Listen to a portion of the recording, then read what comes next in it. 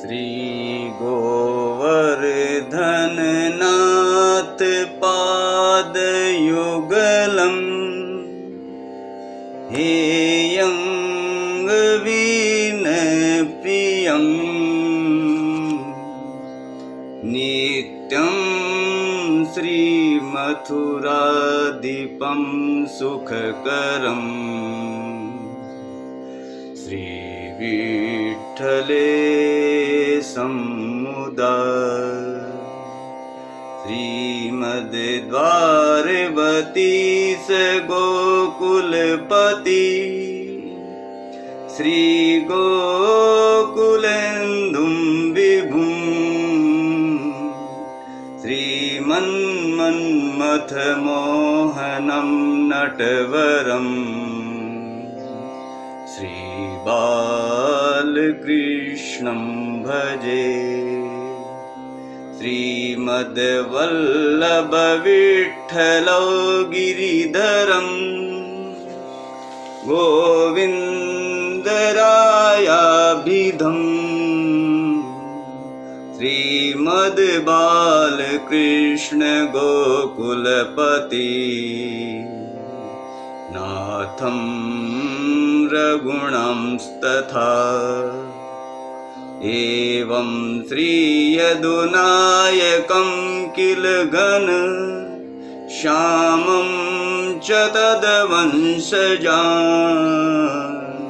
कालिन्दीं स्वगुरुं गिरिगुरुविभुं स्वीय प्रभुंश्च स्मरे। श्रीनाथ जी का प्राकट्य। भगवान श्री कृष्ण ने अपने भक्तों की विनती पर आशीर्वाद दिया। समस्त देवीय जीवों के कल्याण के लिए कलयुग में मैं ब्रजलोक में श्रीनाथ जी के नाम से प्रकट होऊंगा। उसी भावना को पूर्ण करके ब्रजलोक में मथुरा के निकट जतिपुरा ग्राम में श्री गोवर्धन पर्वत पर भगवान श्रीनाथ जी प्रकट हुए। प्राकट्य का समय ज्यों ज्यों निकट आया, श्रीनाथ जी की लीलाएं शुरू हो गई। आसपास के ब्रजवासियों की गायें घास चरने श्री गोवर्धन पर्वत पर जाती। उन्हीं में से सद्दू पांडे की घूमर नाम की गाय अपना कुछ दूध श्रीनाथ जी की लीला स्थली पर अर्पित कर आती। कई समय तक ये सिलसिला चलता रहा तो ब्रजवासियों को कौतूहल जगा कि आखिर ये क्या लीला है। उन्होंने खोजबीन की।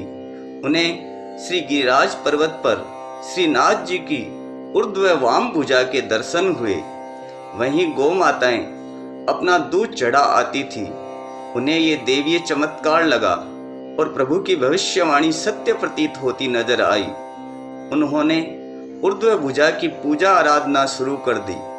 कुछ समय उपरांत संवत 1535 में वैशाख कृष्ण एकादशी को गिरिराज पर्वत पर श्रीनाथ जी के मुखारविंद का प्राकट्य हुआ और तदुपरांत संपूर्ण स्वरूप का प्राकट्य हुआ। ब्रजवासीगण अपनी श्रद्धानुसार सेवा आराधना करते रहे। इधर प्रभु की ब्रजलोक में लीलाएं चल रही थी, उधर श्री महाप्रभु जी वल्लभाचार्य जी संवत 1549 की फाल्गुन शुक्ल एकादशी को झारखंड की यात्रा पर शुद्धाद्वैत का प्रचार कर रहे थे। श्रीनाथ जी ने उन्हें स्वप्न में दर्शन दे आदेश दिया कि ब्रजलोक में मेरा प्राकट्य हो चुका है, आप यहाँ आएं और मुझे प्रतिष्ठित करें। श्री महाप्रभु वल्लभाचार्य जी प्रभु की लीला से पूर्व में ही अवगत हो चुके थे। वे झारखंड की यात्रा बीच में ही छोड़ मथुरा होते हुए जतिपुरा पहुंचे। जतिपुरा में सद्दू पांडे व अन्य ब्रजवासियों ने उन्हें देवदमन के गोवर्धन पर्वत पर प्रकट होने की बात बताई। श्री महाप्रभु वल्लभाचार्य ने सब ब्रजवासियों को बताया कि लीला अवतार भगवान श्रीनाथ जी का प्राकट्य हुआ है। इस पर सब ब्रजवासी बड़े हर्षित हुए।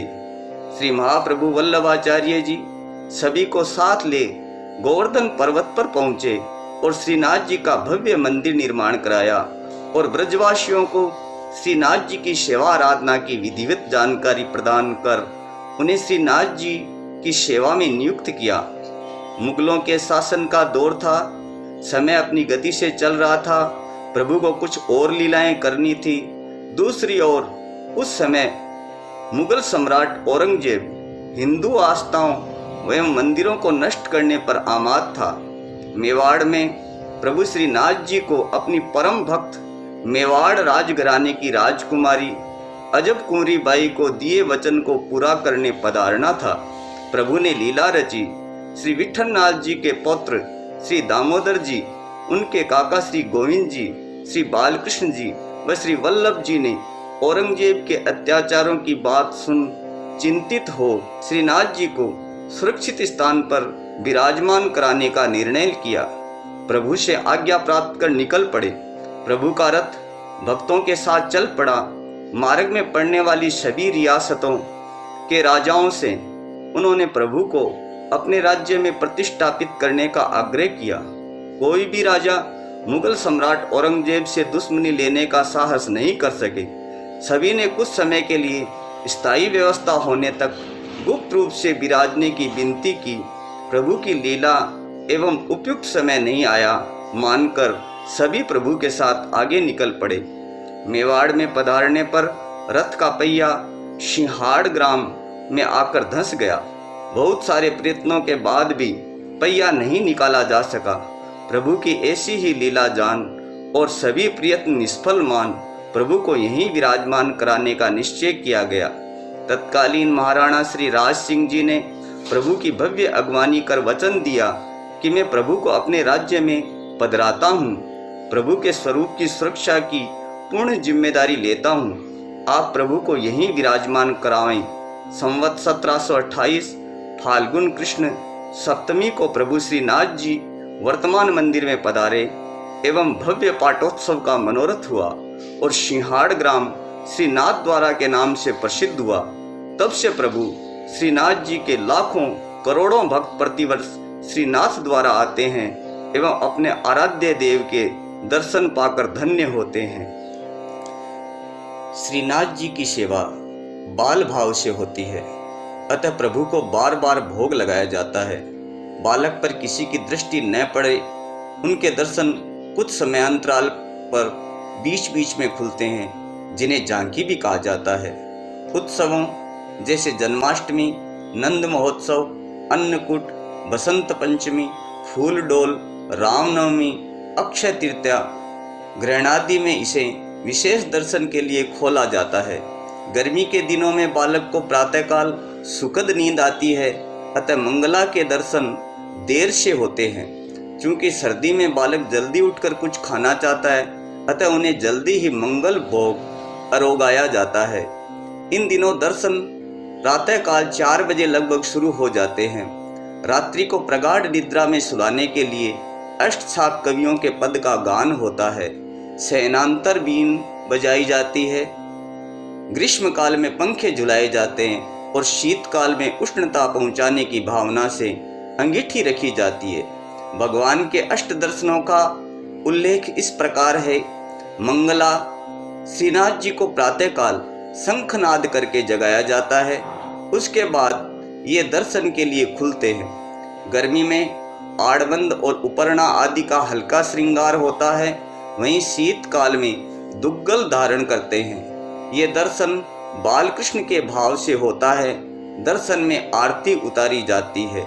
श्रृंगार मंगला के दर्शन के बाद दूसरे दर्शन श्रृंगार के होते हैं। इसमें श्री गोकुल चंद्रमा जी के दर्शन के भाव श्री नंददास जी कीर्तन में गाते हैं। दिवस में भोज सका व रात्रि विहार में नई चंद्र सहचरी की इस लीला दर्शन में आसक्ति है। इसमें फेंटा का श्रृंगार, लीला भाव, उदर स्थान से प्राकट्य व मुख्य भाव मानसी गंगा के ऊपर पीपल के पेड़ के नीचे श्री गिरिराज जी में निवास है। इस समय श्रृंगार अत्यंत मूल्यवान एवं भव्य होता है एवं श्री जी को वेणु धराई जाती है और दर्पण दिखाया जाता है। भोग में सूखे मेवे धराए जाते हैं। ग्वाल श्रृंगार के बाद श्री जी दर्शन के लिए खुलते हैं। ये दर्शन श्री द्वारिकानाथ जी के भाव से खुलते हैं। राजभोग, इस चतुर्थ दर्शन में श्रीनाथ जी के दर्शन का भाव है तथा श्री कुंभन दास जी कीर्तन करते हैं। दिवस लीला में अर्जुन सखा व रात्रि विहार में विसारवा सहचरी की इस दर्शन में आसक्ति है। इसमें कुल्ले का श्रृंगार व निकुंज लीला का अनुभव हृदय स्थान से प्राकट्य है। अन्योर में सद्दू पांडे के नीम के नीचे श्री गिरिराज जी में इनका निवास है। ये दर्शन भव्यतम होते हैं। श्रृंगार भी बहुत भारी और मूल्यवान होता है। कुसुम हार धराने के बाद ये दर्शन खुलते हैं। ये दर्शन देवादिदेव श्रीनाथ जी के भाव से ही है। सखड़ी अनसखड़ी सभी प्रकार का भोग अरोगाया जाता है, जिसमें स्वादिष्ट पौष्टिक पवित्र पकवानों तथा लड्डू, वासुंदी, पूड़ी, खीर, आमरस आदि का समावेश होता है। आरती की जाती है। राजभोग के उपरांत श्री जी का अनवसर होता है और पट बंद हो जाते हैं। ये प्रभु के विश्राम का समय माना जाता है। उत्थापन, संध्याकालीन इस झांकी में श्री मथुरेश जी दर्शन देते हैं और सूरदास जी कीर्तन गाते हैं। सारस्वत कल्प में दिवस में कृष्ण सखा व रात्रि विहार में चंपक लता की दर्शन में आसक्ति है। पाक का श्रृंगार व मान लीला का अनुभव तथा मुखारविंद में से प्राकट्य है।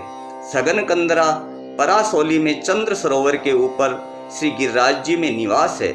ये सायंकाल के दर्शन प्रथम दर्शन है। लगभग 3:30 बजे शंखनाद के द्वारा भगवान को जगाया जाता है। विभिन्न प्रकार के फल फूल और दूध की बनी सामग्री का भोग लगाया जाता है।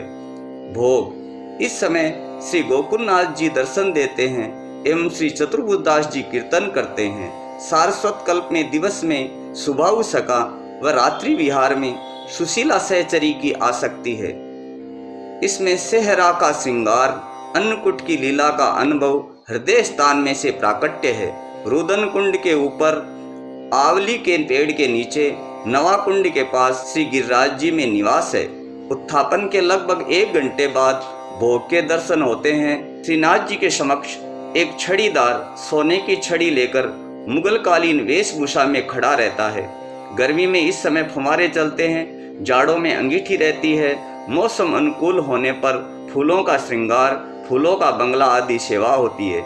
इस समय भोग अधिक मात्रा में रहता है, जिसमें फल फूल ठोर आदि प्रधानता रहती है। आरती, इस समय विठलनाथ जी दर्शन देते हैं और श्री छीत स्वामी कीर्तन करते हैं। सारस्वत कल्प में दिवस में सुबल सका व रात्रि विहार में पद्मा सहचरी की इस दर्शन में आसक्ति है। श्रृंगार दुमालों श्री गुसाई जी की जन्म लीला का अनुभव है। दर्शन का मुख्य भाव बिलछू कुंड के ऊपर श्याम तमाल के नीचे श्री गिरिराज जी में निवास है। भगवान श्री कृष्ण गोचारण के उपरांत वन से पुनः घर लौटते हैं। माँ यशोदा अपने पुत्र की आरती उतारती है। यही भाव इन दर्शनों में है। आरती दर्शन के उपरांत श्री जी का श्रृंगार हल्का कर दिया जाता है और भोग आता है।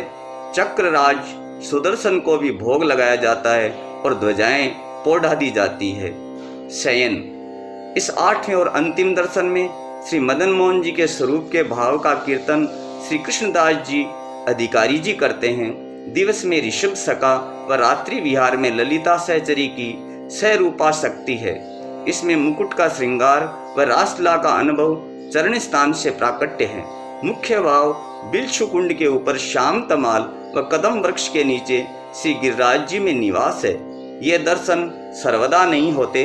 10 हरे से मार्गशीर्ष सुदी सप्तमी तक और बसंत पंचमी से रामनवमी तक बाहर खुलते हैं।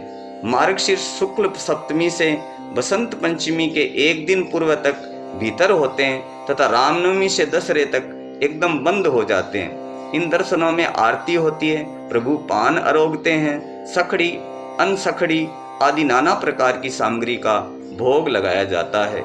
जय श्री कृष्ण।